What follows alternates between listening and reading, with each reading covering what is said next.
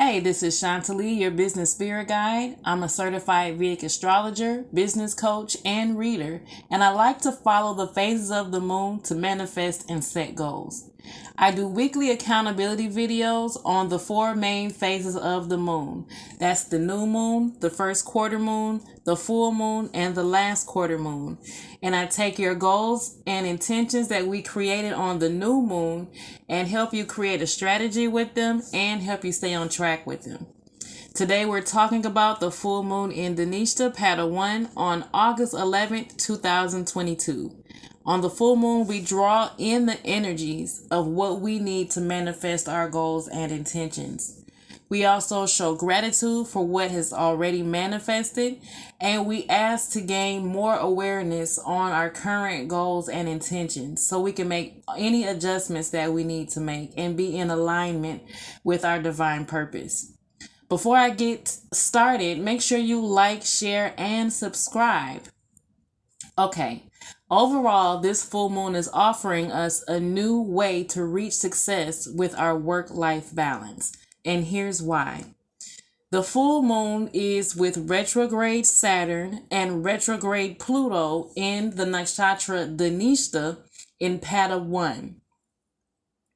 So this means we really want to focus on drawing energy, manifesting, and gaining awareness around success in our work environments.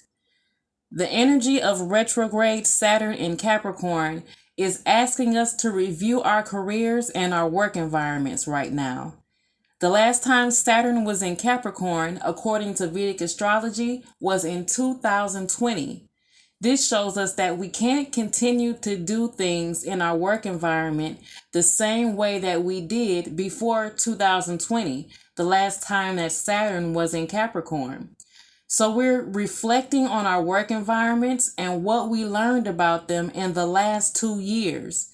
We want to make sure that we're identifying how we can implement more Saturn-like values. So we want to ask ourselves if we need more discipline in our work environment. That's Saturn. If we need more structure in our work environment, that's Saturn. If we need to be more patient, that's also Saturn. And responsible and of service to society, all Saturn-like values. So when we're looking back on the last 2 years, just notice where you need more of that. Maybe how that not having those Saturn-like values in your life could have hindered you from reaching the success that you wanted in the past, especially the last 2 years. And how are we going to make changes moving forward? Because we can't have a lot of the same things, okay?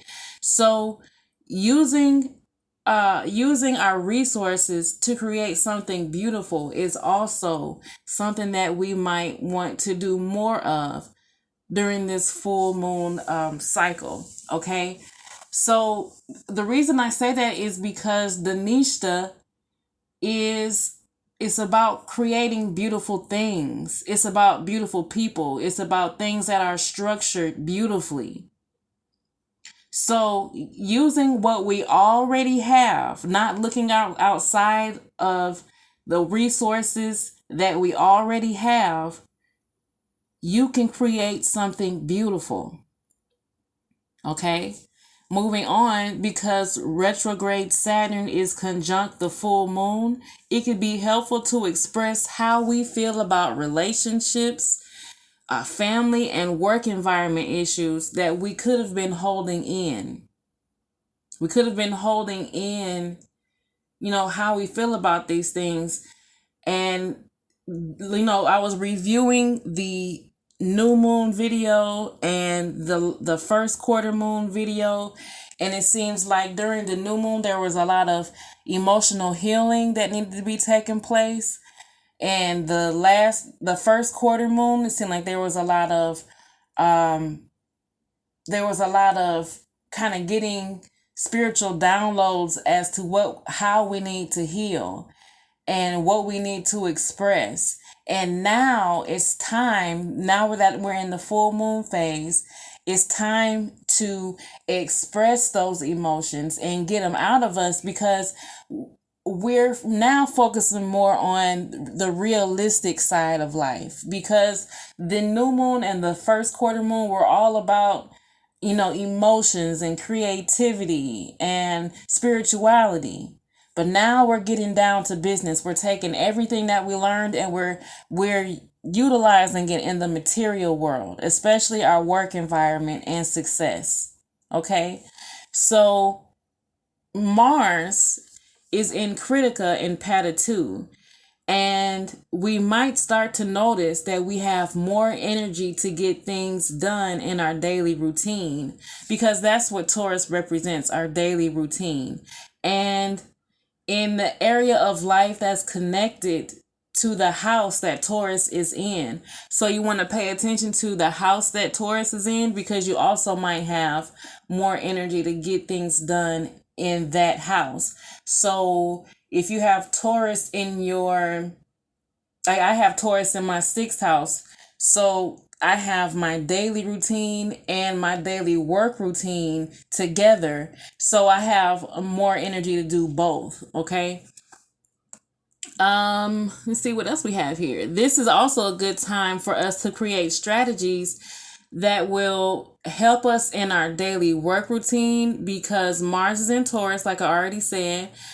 Create strategies that strengthen our leadership skills and that help us build confidence, because Mars' fourth aspect is on the zodiac sign Leo, and that's what Leo represents. We can create strategies to heal illnesses, excuse me, because Mars is in the seventh. Mars's seventh aspect is on Scorpio, and that's what where Scorpio is. We can have chronic illnesses.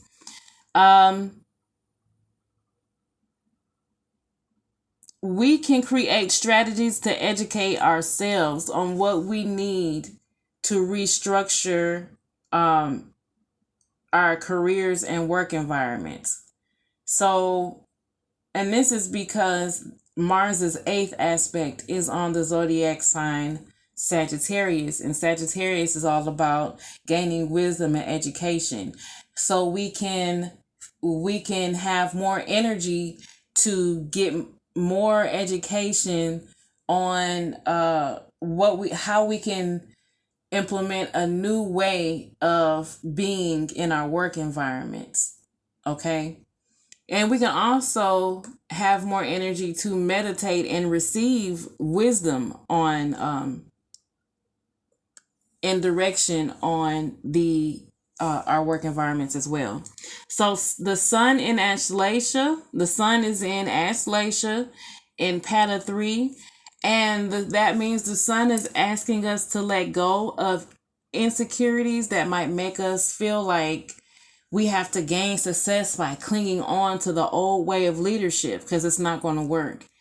We have to let go of our ego and pride, and we have to delegate more, and we have to give up some control. And doing that will help us reach more people with our business. And I say that because Ashleisha it's ruled by a snake, so it can be, very clingy, very controlling, not wanting to give up the power.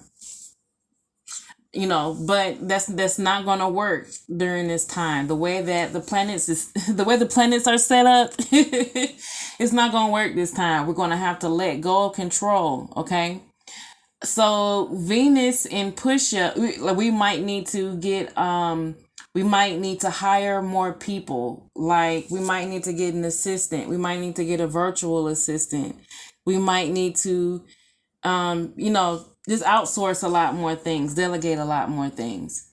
But Venus in Pusha, Pada 1, here is where I see the connection between career, work environment, business, relationships, and family. The planet Venus that rules relationships and business is in a zodiac sign Cancer, which rules family. Pusha, which is the nakshatra that Venus is in, is ruled by Saturn, and Saturn rules karma and work environment. Transiting retrograde, Saturn's seventh aspect is on Venus. So overall, this means that we will start to see our karmas from work, relationships, and family start to come back during this time. So we want to make sure we're being more disciplined, responsible, and structured, because what we sow, we're going to reap. Okay? And this is what you've already sown. I'm just saying, moving on, just make sure you're disciplined and responsible, because I don't know what you're going to reap, so that's on you. But moving on, let's review our goals and intentions that we set during the new moon. Now, the new moon was in Cancer, like I said. Cancer has a lot to do with emotions, mother. And I remember there was a lot of, like I said before, a need to heal emotions and a need to make sure that we were healing emotional and our mental health. But overall, what is the goal that you set 2 weeks ago during the new moon? It's time to check in with ourselves and assess any progress and adjust our plans in order to stay on track with our goals and to see if we need to make any course corrections. Okay? So, where are you in comparison to where you expected to be 2 weeks ago with this intention? Are you behind or ahead? Were there roadblocks or challenges? And what can you do differently? Okay? Very important things to reflect on right now.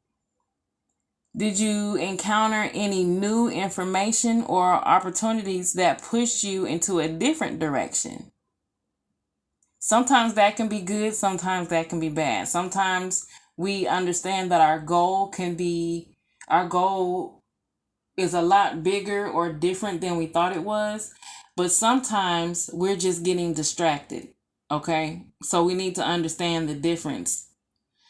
Also, what have we learned in the last 2 weeks concerning this intention that we set, this goal that we set? Now, let's look at the original goal that you set 2 weeks ago and the information that hopefully you journaled, you wrote it down, you really thought about those questions that I asked, and we're going to put those together.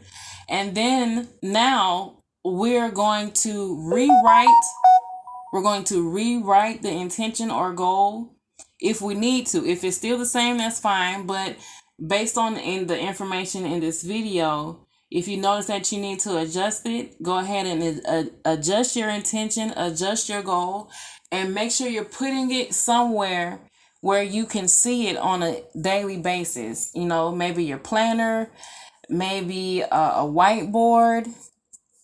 Maybe there's an app that you can use, but you want to make sure that you can easily see it on a daily basis, okay? So that is what I have for you if you're interested in individual accountability coaching, so you can have a spiritual and practical way to support you and help you stay on track with your business goals. Look in the description box for my Fivver account so you can see my accountability coaching services and my other services, and you can also check my reviews. If you have any questions about my services, you can send me a message there. Until next time, talk to you later.